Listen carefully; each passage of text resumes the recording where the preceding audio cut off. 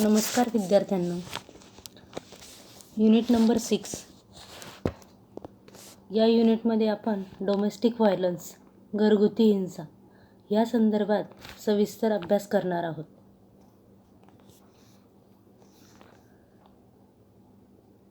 घरगुती हिंसा यामध्ये आपल्याला कौटुंबिक हिंसेची कारणं बघणं अपेक्षित आहे. तत्पूर्वी आपल्याला घरगुती हिंसा म्हणजे काय त्या संदर्भात थोडासा विचार करावा लागेल. Domestic violence refers to abuse within the family.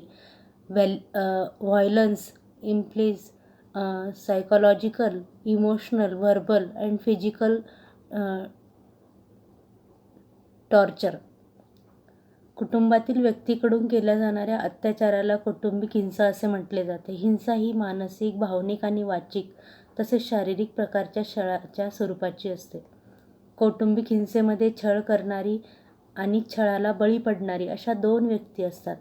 बहुतेक वेळी कौटुंबिक हिंसेच्या प्रसंगाची नोंद होत नाही, कारण ही बाब वैयक्तिक आहे असं मानलं जातं आणि पितृसत्ताक व्यवस्थेमध्ये असे प्रसंग वारंवार घडताना आपल्याला दिसतात. हे लक्षात घ्यायला हवे की कौटुंबिक हिंसेला बळी पडणारी व्यक्ती ही कुटुंबातील कोणीही असू शकते. मग त्या हिंसेमध्ये आपल्याला लहान, मोठे, स्त्री, पुरुष, तृतीयपंथी असे कसलेच भेद उरत नाहीत. It is important to note that victims of domestic violence could be anyone within the family or extended family. Domestic violence cuts across all classes, age categories, sex and genders. आता या संदर्भात आपण कौटुंबिक हिंसाचार यामध्ये पॅट्रियार्कल पितृसत्ताक पद्धती, पॅट्रियार्कल यामध्ये Indian society is largely patriarchal. This means that there is a large huge imbalance of power between men and others in our society. Bharatiya Samaj हा मुख्यतः पितृसत्ताक आहे. याचा अर्थ आपल्या समाजामध्ये पुरुष आणि इतर यांच्यामध्ये असलेला सत्तेचा असमतोल आहे. समाजातील स्त्रियांना हळूहळू प्रतिष्ठा मिळत आहे, परंतु तृतीयपंथी व्यक्ती आणि लहान वयाची मुले यांचा दर्जा मात्र अजूनही आपल्याला सेकंड असलेलाच दिसतो, दुय्यम आहे. पितृसत्ताक पद्धतीमध्ये पुरुषांचा अधिकार हा जास्त गृहीत धरलेला आहे. In a patriarchal context, there is the unwritten acceptance of male authority. Second one, insecurity, असुरक्षितता. हे सुद्धा कौटुंबिक किंवा घरगुती हिंसेचं प्रमुख कारण आपल्याला दिसतं. Insecurity of one partner, especially of men, can lead to feeling of suspense, threat to one's ego, one's authority, notices of indefinitely, etc. These are reasons enough to cause violence and abuse within the domestic circle. असुरक्षिततेमुळे काय होतं? एका जोडीदाराच्या, विशेषतः पुरुषांच्या मनातील असुरक्षितता ही दुसऱ्या जोडीदाराविषयीचा संशय बळावतो. त्याचा अहंकार दुखावला जातो कधीकधी. त्याचबरोबर अधिकाराला आव्हान दिल्याची भावना त्याच्या मनामध्ये निर्माण होते आणि दुसऱ्याच्या निष्ठेविषयी तो शंका निर्माण होते. अशी विविध रूपे धारण करते. कौटुंबिक हिंसेला मग जन्म दिला जातो आणि तिथूनच अशी ही कारणं आपल्याला पुरेशी ठरत असतात. त्यानंतर डायसफंक्शनल रिलेशनशिप्स, नातेसंबंधातील दुरावा वाढत जाणे. यामध्ये नातेसंबंधातील दुरावा ह्या पॉईंटमध्ये जर बघितलं तर जोडप्याचे वैवाहिक नाते किंवा घरातील इतरांचे परस्परांशी असलेले नाते या संदर्भात अनेक कारणांमुळे बिघाड होताना आपल्याला दिसतो. अनेक गोष्टी यामध्ये कारणीभूत आहेत. त्यामध्ये एकमेकांविषयी असुरक्षिततेची भावना असते, संशय, वयातील किंवा पिढीतील अंतर, सांस्कृतिक अंतर आणि एकमेकांशी न पटणे अशा अनेक गोष्टींचा याच्यामध्ये समावेश केला जातो. त्यातून तिरकस बोलणं, परस्परांविषयीच्या तक्रारी, नावे ठेवणे, अपमानकारक शब्दांचा वापर करणे, शारीरिक इजा करणे यासारख्या गोष्टींना इथे सुरुवात होताना दिसते. There are various factors responsible for strains in spousal relationship or relationships between different members within the family. These could include personal insecurities, suspension, age differences, cultural differences, and incapability. These can trigger snide remarks, bickering, labeling, verbal spats, and physical adults. त्याचबरोबर आपण चौथा point बघत आहोत, traditional and religious outlook, परंपरा आणि धार्मिक दृष्टिकोन. यामध्ये या पॉईंटमध्ये जर बघितलं तर कुटुंब संस्था, विवाह संस्था, धर्म आणि या बाबतीत असलेल्या परंपरावादी धारणांमुळे आयुष्याच्या प्रत्येक क्षेत्रात पुरुषांना स्त्रियांपेक्षा प्राधान्य दिले जाते. अशा परिस्थितीमध्ये लिंगभेदावर आधारलेल्या सामाजिक व्यवस्थेत व्यक्तीवर लहानपणापासूनच लिंग, वय, अनुभव, अधिकार यानुसार असलेल्या अपेक्षांची पूर्ती करण्याचे संस्कार केले जातात आणि त्यामुळे कुटुंबातील हिंसा ही बिनविरोधपणे स्वीकारली जाते आणि तशीच ती पुढेही चालत राहते आणि म्हणून हा एक धार्मिक दृष्टिकोन आपोआपच पुढील पिढीवर रुजत जात असतो. Conventional and traditional mindsets, especially in institutions like marriage, family, religion, stipulate the supremacy of men over women in almost every shaper of life. Within such a scenario, gender socialization trends the younger generation to conform to the social expectations based on sex, age, experience, authority, etc. Such an outlook has the danger of normalizing violence within the home. त्याचबरोबर आपण जर बघितलं तर domestic violence किंवा घरगुती हिंसेसाठी दुसरं एक कारणही ठरू शकतं,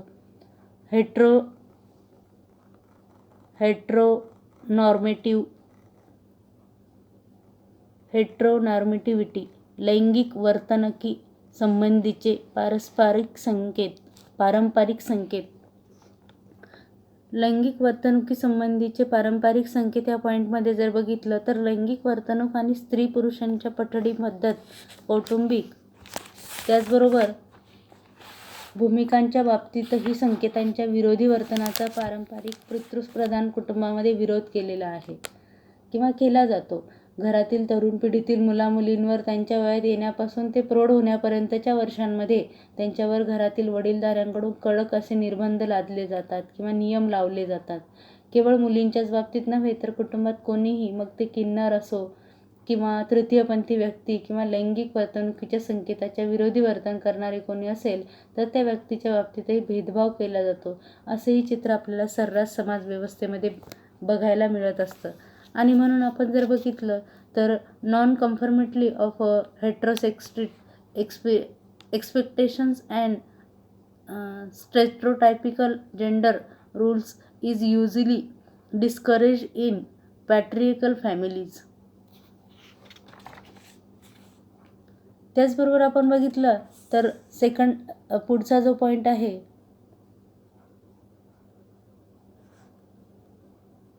व्हॅल्नरेबिलिटी, दुर्बलता. व्हॅल्नरेबिलिटी person who are vulnerable are often the youth, women, disabled persons, the elderly, and dependents. Their vulnerability caused by economic reasons or lack of power and control can lead them to trapped in the loop of context exploitation. Instances of child abuse and the abuse of the elderly are not uncommon. यामध्ये कौटुंबिक हिंसाचाराला ज्या काही व्यक्ती बळी पडतात त्या सहसा दुर्बलच असतात.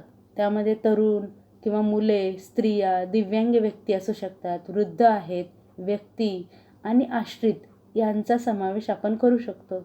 आर्थिक परावलंबित्व, सत्तेचा अभाव यामुळे व्यक्ती सततच्या शोषणाच्या जाळ्यात अडकतात की जी व्यक्ती कुठल्याही प्रकारचा पैसा कमवत नाही, कुठल्याही प्रकारे ती अर्थार्जन करू शकत नाही, अशा व्यक्ती बऱ्याचदा दुर्बल होऊन जातात आणि त्यांचं शोषण केलं जातं किंवा त्या जाळ्यात ते अडकले जातात. लहान मुलांवर आणि वृद्ध व्यक्तींवर अत्याचार होण्याची अशी अनेक उदाहरणं आपल्याला आजही बघायला मिळतात. किंवा आपण न्यूजपेपरमध्ये वृत्तवाहिन्यांवर सतत ह्या बातम्या ऐकत असतो. त्याचबरोबर आपण जर बघितलं तर यामध्ये कौटुंबिक हिंसाचाराचे परिणाम तेही आपल्याला अभ्यासणं आवश्यक आहे. Consequences of domestic violence. त्यामध्ये आपण फर्स्ट बघत आहोत सायकोलॉजिकल ट्रमा, मानसिक आघात.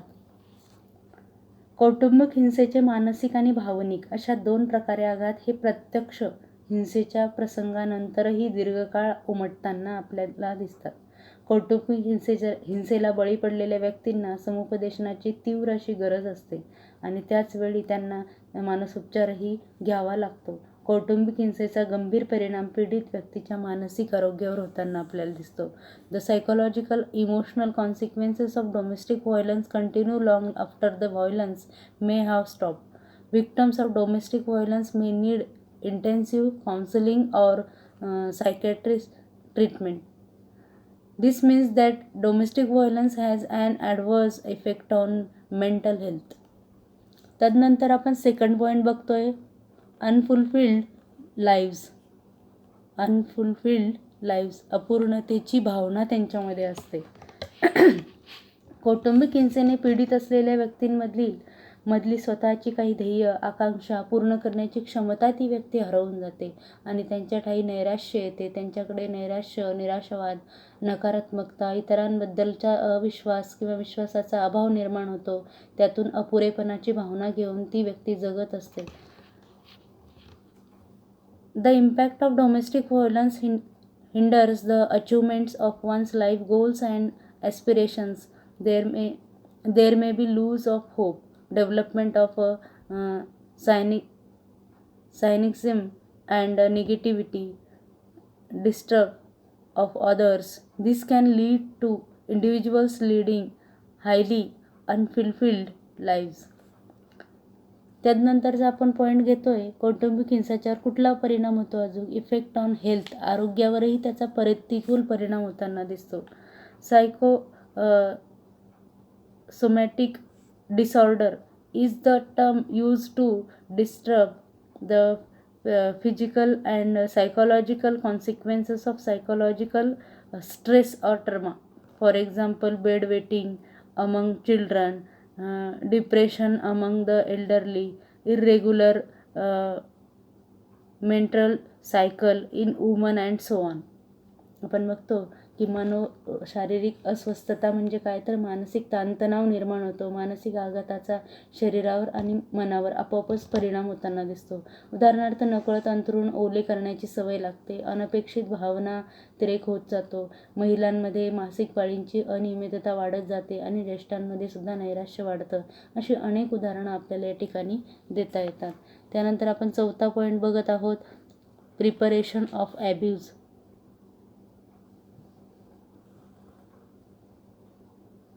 प्रिपॅट्रिएशन ऑफ ॲब्यूज, हिंसक प्रवृत्ती वाढत जाते. हिंसक वातावरणामध्ये मोठ्या झालेल्या मुलांना त्यांचा स्वभाव हिंसक बनत जातो. उदाहरणार्थ अशी मुले लहान वयात येतात तेव्हा जोडीदाराला किंवा पत्नीला शारीरिक इजा करणे त्यांना गैर वाटत नाही किंवा काही स्त्रियांना पतीची हिंसक कृत्य गैर वाटत नाहीत. किंबहुना पतीचा अत्याचार निमूटपणे सहन केला पाहिजे असे त्यांना वाटत असते. म्हणजे कुठेतरी इथे स्वतःची दुय्यम स्थिती त्या महिलेमध्ये, त्या मुलींमध्ये निर्माण होते.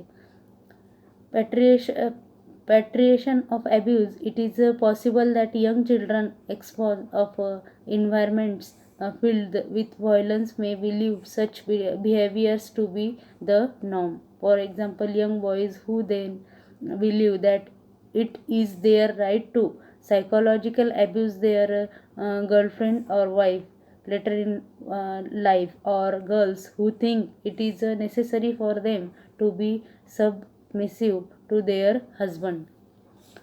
त्यानंतर आपण कौटुंबिक हिंसाचाराच्या परिणामामध्ये 5वा पॉईंट बघत आहोत डिक्लाइन इन इंडिव्हिज्युअल प्रोडक्टिव्हिटी, व्यक्तिगत उत्पादकता कमी होणे. A large number of people in their adulthood suffer from poor psychological mental health. Physical and emotional state of illness blocks individuals from realizing their full potential and capabilities. This in turn leads to low levels of productivity. व्यक्तिगत उत्पादकता जेव्हा कमी होते तेव्हा शारीरिक आणि मानसिकरित्या ती व्यक्ती दुर्बल झालेली असते किंवा दुर्बल असलेली अनेक लहान मुलंही आपण बघतो. अशा मुलांना प्रौढपणी त्यांच्या क्षमतांचा पूर्ण विकासही साधता येत नाही आणि पर्यायाने त्यांच्यातील उत्पादन क्षमता ही आपोआपच कमी कमी होत जाते. त्यानंतर आपण measures to deal with domestic violence, कौटुंबिक हिंसेवरील उपायही बघणार आहोत. किंवा ज्या वेळेला एखादी समस्या उभी राहते त्यावेळेला आपोआपच त्यावर उपाय आपल्याला शोधणं आवश्यक असतं. त्याचप्रमाणे कौटुंबिक हिंसाचारावर काही उपाय आहेत ते आपण ह्या पॉईंट्समध्ये बघणार आहोत. त्यामध्ये पहिला पॉईंट आहे क्रिएटिंग अवेअरनेस, जागृती निर्माण करणे. हे आपण करू शकतो. आपल्याला झटपट बदल हवा असेल तर आपल्याला काही वेगळ्या प्रकारे उपाय करणं आवश्यक आहे, पण ते झटपट होईल असंही नाही, त्यामध्ये काही वेळही लागू शकतो. Creating awareness as a long domestic violence is perceived to be a problem that must remain within family circles. It will continue to be normalized. It is therefore necessary to create awareness that the fact that domestic violence is not acceptable in civilized 21st century society. There is a need to alter ways of thinking and to break cultural stereotypes that are detrimental to others by promoting a rational outlook based on equality and social justice for all. जागृती निर्माण करण्यासाठी जोपर्यंत कौटुंबिक हिंसेच्या प्रसंगाची माहिती बाहेरच्यांना होत नाही तोपर्यंत अशी धारणा समाजात आहे की तिला स्वाभाविकतेचे स्वरूप दिलं जातं. म्हणजे यामध्ये 19व्या शतकाचा जर विचार केला तर सुसंस्कृत समाजात कौटुंबिक हिंसेला मान्यता मिळणार नाही. यासंबंधी जागृती निर्माण करायला हवी आहे. इतरांसाठी विघातक अशी विचारधारा किंवा पुरुषी सामर्थ्याच्या साचेबद्ध प्रतिमा बदलायला हव्या आहेत आणि हे समानता आणि सामाजिक न्यायाच्या तत्वावर विश्वास ठेवणाऱ्या मनोवृत्तीला आणि वास्तववादी विचारांना प्रोत्साहन दिल्यानेच होऊ शकते. म्हणजे वास्तववादी विचार जर इथे केला तर खऱ्या अर्थाने जाणीव जागृती होणं खूप आवश्यक आहे आणि ते होणं गरजेचंच ठरतं. त्यानंतर सेकंड पॉईंट आपण बघतोय पर्सनल एम्पॉवरमेंट. व्यक्तिमत्व विकास जर झाला तर कदाचित कौटुंबिक हिंसेवर जे काही परिणाम होत आहेत, ती जी कारणं ठरत आहेत त्याच्यावर आपण उपाय करू शकतो. दुर्बल समजल्या जाणाऱ्या व्यक्तीची स्वतःमधील शक्ती क्षमतांचा अधिकाधिक विकास साधून स्वतःच्या व्यक्तिमत्वाचा विकास घडणे गरजेचे आहे. त्यासाठी त्यांना स्वमदत गट, स्वयंसेवी संस्था, समवयस्क मित्र, समाजसेवक अशा विविध ठिकाणाहून मदत मिळवता येऊ शकते किंवा ह्या संस्था त्याच्यापर्यंत जाऊ शकतात. असंही आपल्याला करता येऊ शकतं. It is necessary for all persons and especially those who are the most vulnerable in society to empower themselves through self-help group, SHGs, NGOs, age mates, social workers and so on. त्यानंतर आपण तिसरा point घेतोय role of media. प्रसार माध्यमांची भूमिका काय ठरते या ठिकाणी. Various types of media can help create awareness and sensitise the public about the problem domestic violence. Media can help to display ignorance about domestic violence too. It can present real life stories of hope, courage and success. प्रसार माध्यमांची भूमिका खूप महत्त्वाची ठरते कारण दररोजचा newspaper, रोजच्या news वाहिन्या ज्या बघतात लोक, त्याचा खूप मोठा प्रभाव समाज मनावर होत असतो. प्रसारमाध्यमे कौटुंबिक हिंसेच्या संदर्भामध्ये जनजागृती आणि लोकांमध्ये या समस्येबद्दल संवेदनशीलता निर्माण करण्याचे काम करू शकते. लोकांमधील या समस्यांचे अज्ञान जे असेल त्या अज्ञानाला दूर करण्यामध्ये मोठं यश मिळवू शकते. अशांच्या जीवन कहाण्या काही त्यावर आधारित कार्यक्रमही घेऊ शकते. जसं उदाहरण आपण बघितलं तर अनेक ठिकाणी आपल्याला महिलांवर होणाऱ्या अत्याचारातून ती महिला कशा प्रकारे एक यशस्वी उद्योजिका बनते असे अनेक उदाहरणं आपल्याला तिथे बघायला मिळू शकतात किंवा ते प्रसारित करू शकतात. त्यानंतर चौथा पॉईंट आपण घेतोय रोल ऑफ NGOज. बिगर सरकारी सेवाभावी संस्थांचे कार्य. Non-governmental organizations play a significant role in dealing with causes of domestic violence. There are NGOs that specifically work to support women, children, disabled person, transgender persons, men, children, and the elderly in distress. Often such NGOs are backed with service of legal professional and the public department. यामध्ये आपण जर बघितलं तर बिगर सरकारी ज्या काही संस्था आहेत कौटुंबिक हिंसेच्या संदर्भामध्ये महत्त्वाचं कामगिरी करत असतात किंवा त्या करू शकतात. मदतीची गरज असणाऱ्या स्त्रिया, त्याचबरोबर मुले, अपंग व्यक्ती, तृतीयपंथी पुरुष, मुले आणि वृद्ध व्यक्ती यांच्या संदर्भात अनेक ज्या काही बिगर सरकारी सेवाभावी संस्था आहेत त्या काम करताना आपल्याला दिसतात किंवा त्या करू शकतात. अशा संस्थांना कायदेशीर सल्ला देणाऱ्या संस्था असतात आणि पोलीस विभागाचे पाठबळही त्यांना मिळत असते. या दोन्हींच्या सहकार्याने कौटुंबिक हिंसेला बळी पडलेल्या पीडित व्यक्तीला न्याय मिळवून देण्यासाठी तिथे मदत होऊ शकते. त्यानंतर आपण 5वा पॉईंट बघतोय, रूल ऑफ लॉ. कायद्याची भूमिका काय ठरते या संदर्भामध्ये. Laws by themselves can not transform society but legal and constitutional provisions make a important and necessary plank for empowering individuals. For example, reading down section 377 of the Indian Penal Code was a significant step in empowering LGBT person.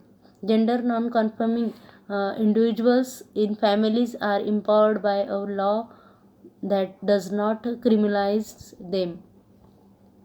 यामध्ये कायदा ह्या स्वबळावर समाजामध्ये बदल घडवून आणू शकत नाही, परंतु कायदेशीर आणि घटनात्मक तरतुदींमुळे गरजूंना ते व्यासपीठ आपोआपच उपलब्ध होऊ शकते. उदाहरणार्थ जर बघितलं तर भारतीय पिनल कोडमधील कलम 377 रद्द केल्यामुळे काय झालं, LGBT या सदराखाली येणाऱ्या व्यक्तींना कायदेशीर संरक्षण मिळालं आणि या कायद्यामुळे कुटुंबातील इतर लैंगिकता असणाऱ्या सदस्यांचेही सबलीकरण होताना आपल्याला दिसते. त्यानंतर पुढचा आपण पॉईंट बघतोय, रोल ऑफ पोलिसांची भूमिका. पोलिसांची भूमिका ही खूप महत्त्वपूर्ण ठरते. कायद्याची अंमलबजावणी करण्यामध्ये पोलिसांमध्ये कौटुंबिक हिंसेविषयी संवेदनशीलता असण्याची आवश्यकता आहे. बऱ्याचदा पोलिसांमध्ये याविषयी जागरूकताही नसते आणि अशा प्रकारचे प्रसंग हाताळताना पोलिसांकडून सांगितले जाते की हा घरगुती विषय आहे आणि तो कुटुंबातच सोडवावा. अशा प्रकारची मानसिकता बदलण्याची आज गरज आहे. ही पोलिसांची अनास्था बदलण्याची खरंच खूप मोठी आवश्यकता आहे. आज स्त्रियांच्या बाबतीत घडणाऱ्या अशा प्रकारच्या हिंसाचाराचे प्रसंग हाताळण्यासाठी महिला पोलिसांची नियुक्ती विशेष करून करण्यात आलेलीही आहे आणि त्याचा समाज व्यवस्थेला फायदाही होताना दिसतो आहे.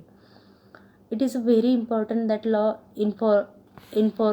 enforcing staff becomes sensitive to matter pertaining to domestic violence.